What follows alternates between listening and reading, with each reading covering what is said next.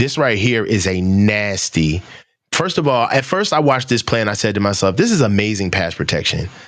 But then I saw the tight view, and I think Dominic Puni needs to be locked up for how nasty he sheds and helps on Colton McKivitz, man. Look at this. Foul. Oh, my God. You want to talk about violent, boy? My word. Roll that beautiful beam footage. And look at him.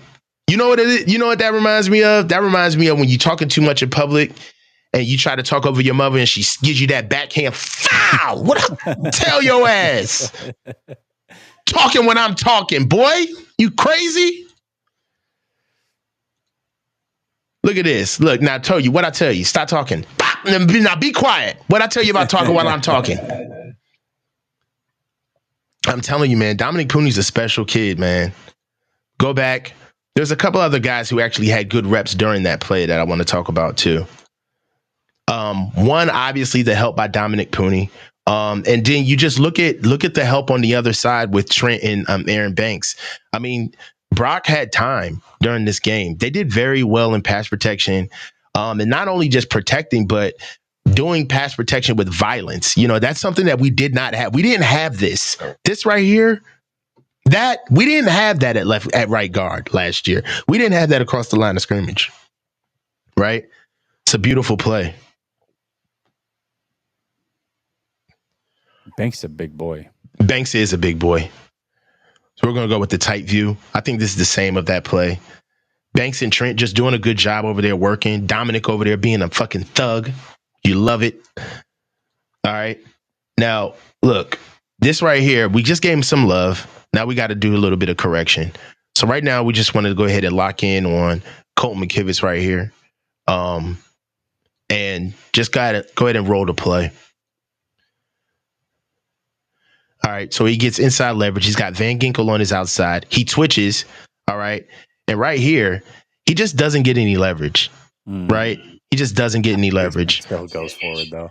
Yeah. I mean, Jordan Mason's a dog, notwithstanding. But what you want to see right here is him fighting. What you want to see right here from Colton McKivitz is him fighting in a downhill trajectory. Okay. We want him going downhill, right? In a nice slope. All right. You need to be churning those arms and those legs, keeping that inside hand strong enough to get downhill. All right. What we don't want is you fading back. Okay. Because what happens is that means that Jordan Mason has to fade back. All right. But what's crazy about that is that Jordan Mason even finds penetration still. It's a good play by Jordan Mason, but Cole McKibben struggles. Now, another thing that I wanted to talk about right now is Dominic Puni. He struggled on that play as well. We just talked about him coming out too high. Look at it. Look at what he does as soon as he comes out of his stance, Jess. We're going to slow this down half speed. Can we talk real quick though too? McKivitz, sure. So yes, I agree. McKivitz misses. God, I'm getting a gnarly feedback. McKivitz misses, but it looks like Juice is supposed to get hands on Van Ginkel a little bit to slow him down, and he misses right out the gate too, which then throws everything off. I could be wrong about that, but well, let's go ahead. Let's roll it. The other angle shows it better.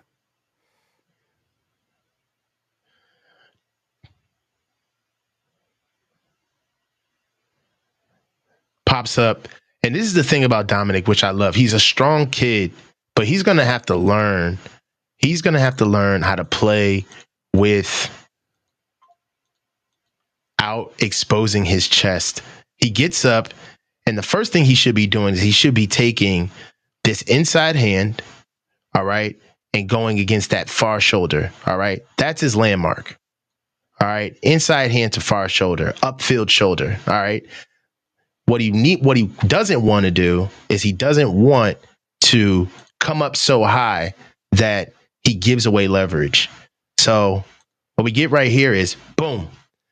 Tillery gets in his pads, and you see he throws Dominic off his track, right? As a matter of fact, he throws him right into the play, and he throws his shoulders. Now we already know how strong of a player Dominic is, but he throws his shoulders parallel to the sideline, which should never happen as an offensive lineman. You should never find yourself where both of your shoulders are pointing towards the sideline, right? This is just something that he's going to learn how to get together with feet. All right. He's got to be able to stay low, create explosion through the ground in his lower half. All right. And that's what happens. He gets thrown off his track. And what's awesome about this is that Jordan Mason stays the track. Jordan Mason's a dog, bro. Jordan Mason's a dog. That is such a sexy play from Jordan Mason. See Juice miss that initial block though? Yeah, definitely. Let's go back to that. We can go back to it. Other end. No. Right here. Yeah, watch Juice. All right. So we're watching Juice here. All right.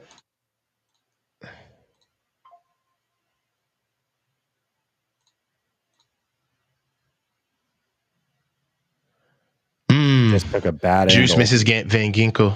Yep. These boys are just, you could tell they're a beat off, man. They haven't played physical football in a while. You can tell, man.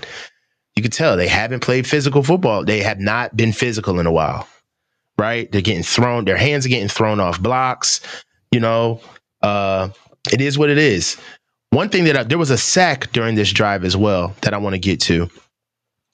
And the reason why I want to get to this sack is because I don't think that this was the offensive line's fault.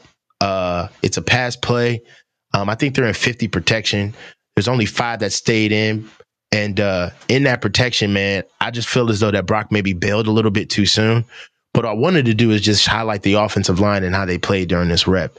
This is still during the 15-play, 88-yard drive, Jess.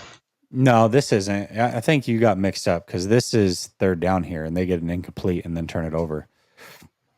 I think. No. Hold on. Oh, okay. Maybe I was skipping because the last play that you just showed was him throwing over the middle where he fell short. 3, 4. Hold on. 4, 5. All right. Well.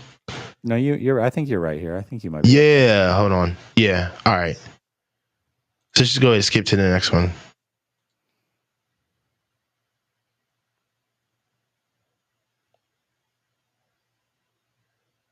And Garendo gets stuck. Yeah. So